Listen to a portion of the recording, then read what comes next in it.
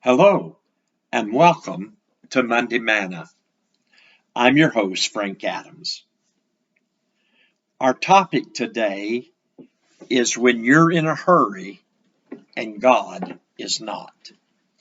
When you're in a hurry and God is not. Our text today will come from Psalm 70, verses 1 through 5. The entire psalm is only 5 verses. In verse 1, David says, "Make haste, O God, to deliver me. O Lord, make haste to help me. Let them be put to shame and confusion who seek my life. Let them be turned back and brought to dishonor who delight in my hurt. Let them turn back because of their shame who say, Ah, ah. May all who seek you rejoice and be glad in you. May those who love your salvation say evermore, God is great. But I am poor and needy. Hasten to me, O God. You are my help and my deliverer. O Lord, do not delay." When you're in a hurry and God isn't. A story is told of the great New England preacher Phillips Brooks, who was known for his poise and imperturbability. His friends, however, knew that at times he suffered from moments of frustration and irritability. One day a friend saw him pacing the floor like a caged lion. "What's the trouble, Dr. Brooks?" his friend asked. "The trouble is that I'm in a hurry and God isn't." 4 times in 5 verses, David tells God to hurry. In verse 1, he says, "Make haste to deliver." Again in verse 1, "Make haste to help." Again in verse 5, he says, "I'm poor and needy. Make haste. Make haste. Make no delay. You're my help." The inscription of this psalm is a psalm to bring remembrance. It's a memorial psalm, and it reminds us of what we're to remember when we're in a hurry and God is not. There's several things that we need to remember when we're in a hurry and God is not. Number one, we need to remember that God's ways are not our ways. The Bible says in Isaiah 55, verses 8 through 9, "For my thoughts are not your thoughts, nor are your ways my ways, saith the Lord. For as the heavens are higher than the earth, so are my ways than your ways, and my thoughts than your thoughts." God's ways are higher than our ways, and this we need to remember. Our knowledge is limited. God's knowledge is infinite. God's knowledge is unlimited. We are human. He is divine.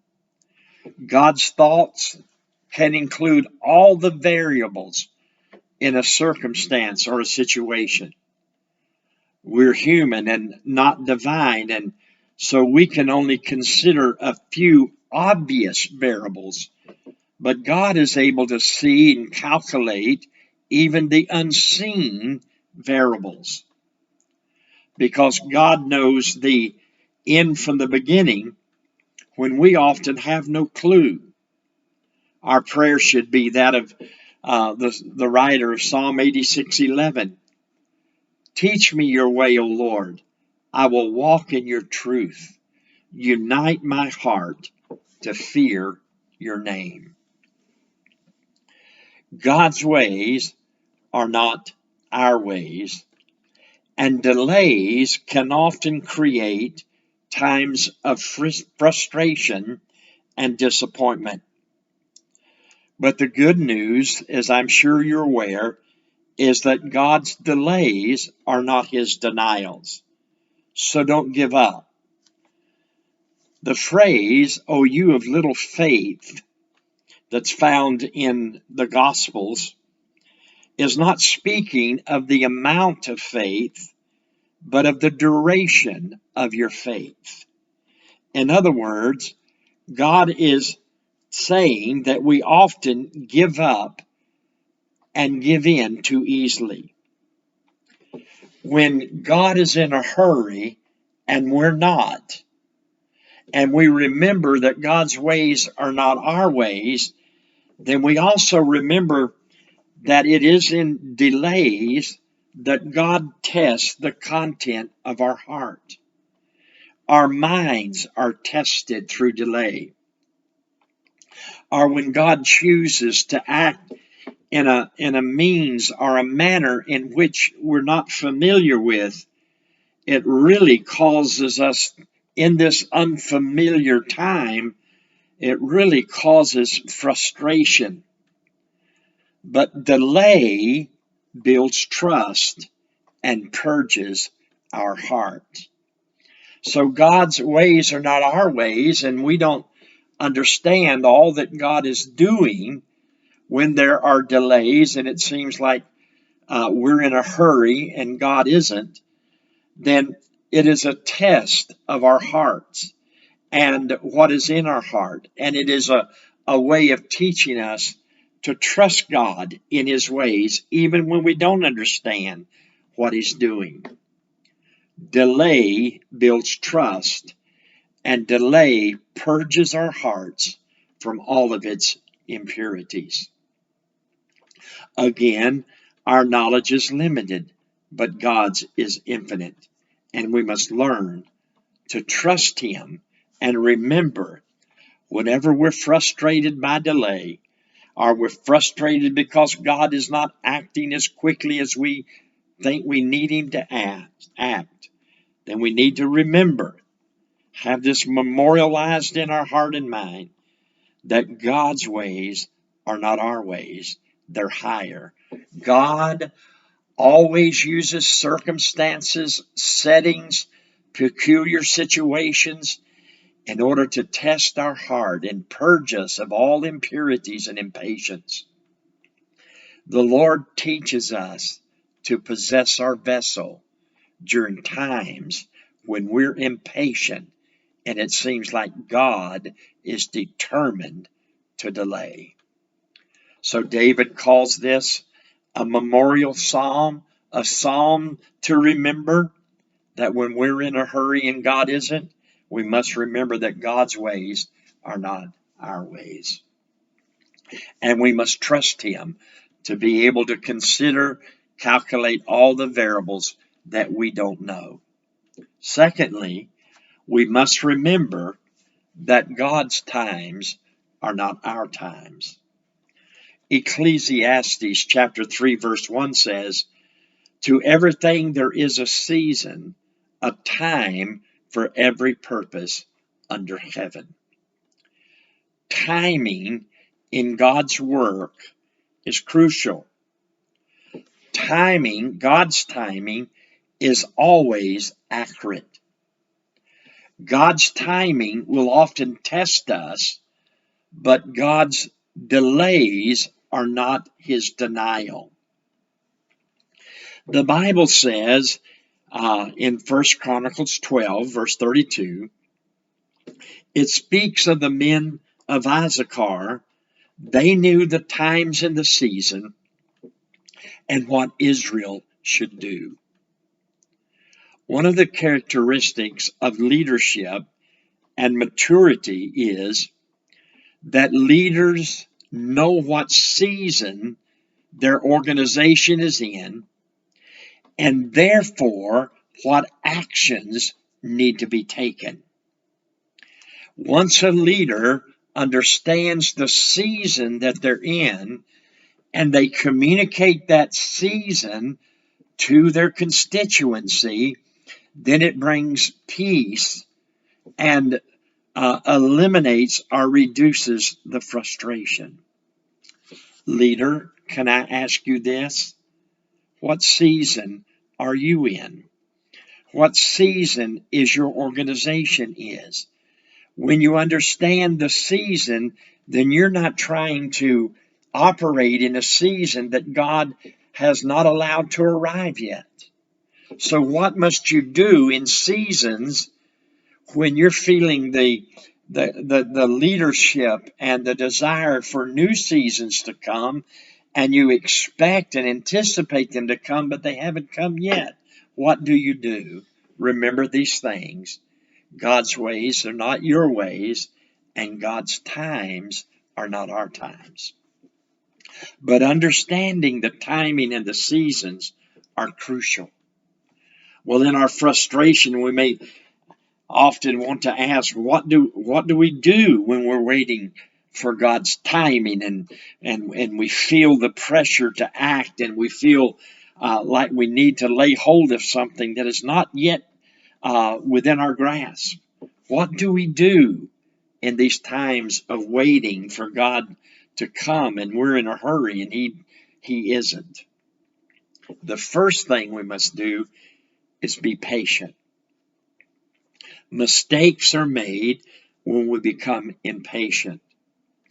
Abraham and Sarah gave birth to Ishmael, who was a thorn in their side all of their days and generations to follow, because they did not exercise patience. When an individual, particularly a leader, becomes impatient in certain seasons, it's easy to be open to deception.